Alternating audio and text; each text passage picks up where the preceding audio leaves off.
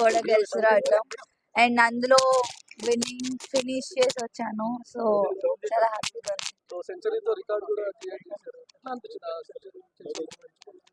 చాలా బాగుండే, ఎందుకంటే మా నాన్న కూడా అక్కడ ఉండే అది కొట్టినప్పుడు ఇంకా స్పెషల్ ఉండే నాకు ఆ మూమెంట్. అండ్ ఫస్ట్ సెంచరీ కొట్టినందుకు కూడా చాలా స్పెషల్ మూమెంట్ అది నాకు. లాస్ట్ టైం కాస్త నర్వస్ ఫీల్ అయిపోయినారు, నేను లాస్ట్ టైం అంత పర్ఫార్మెన్స్ చూపించలేకపోయినా అని చెప్పి, కానీ ఈసారి వరల్డ్ కప్ లో మొత్తం మీ మీరే కనిపించింది.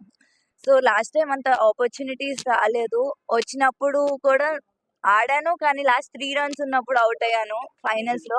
ఈసారి వాట్ ఎవర్ ఐ గాట్ నేను నా బెస్ట్ ఇవ్వాలనుకున్నా ఇచ్చాను, ప్లస్ ఆ ఫైనల్ రన్ కూడా కొట్టి రావాలనుకున్నా. సో నాట్ అవుట్ వచ్చాను. సీనియర్ టీమ్ లోకి ఎప్పుడు వెళ్తారు? ఎప్పుడు పర్ఫామ్ ఎప్పుడు అంటే అప్పుడు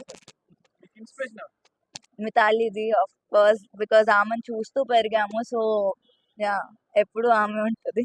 సో త్రిష గురించి ఈరోజు ఎంత మాట్లాడుతున్నారు, మీ ఫాదర్ కూడా అంతే ఫేమ్ అవుతున్నారు. మీ ఫాదర్ గురించి నేను క్రికెట్ స్టార్ట్ చేసింది నాన్న వల్ల, అమ్మ నాన్న వల్ల. వాళ్ళు లేకపోతే నేను ఇక్కడ ఉండేదాన్ని కాదు.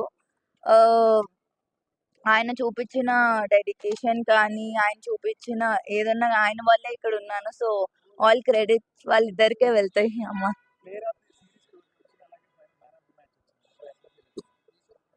చాలా హ్యాపీగా ఉన్నానండి, బికాస్ లైక్ నేను ముందు చెప్పినట్టు లాస్ట్ టైం అంతా అంటే ఆపర్చునిటీస్ రాలేదు. ఈసారి వచ్చినప్పుడు చాలా నా బెస్ట్ ఇచ్చి ప్లేయర్ ఆఫ్ ద టోర్నమెంట్ అవటం ఇంకా స్పెషల్గా.